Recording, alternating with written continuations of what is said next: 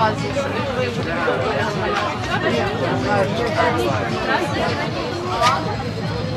можна зробити такі зігзаги.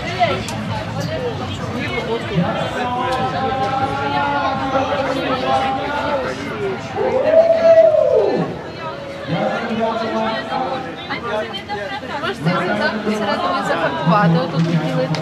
Або можеш так далі продовжувати робити зігзаг. І відступай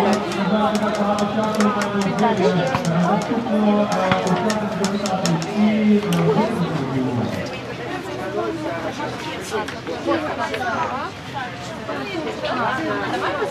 Надо сделать зигзаги, потом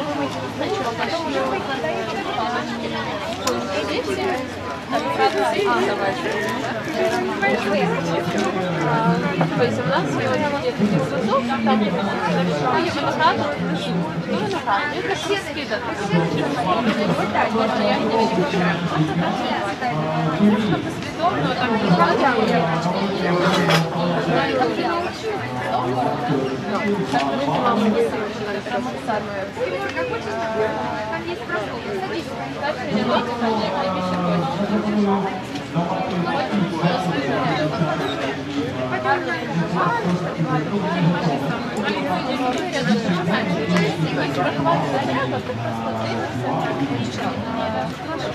Можно, пожалуйста, еще один?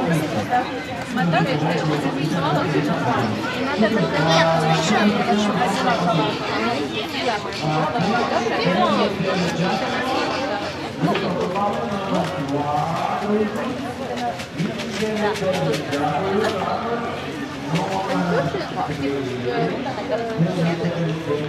Давайте трошечки.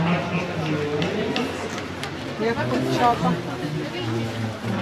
Це вам.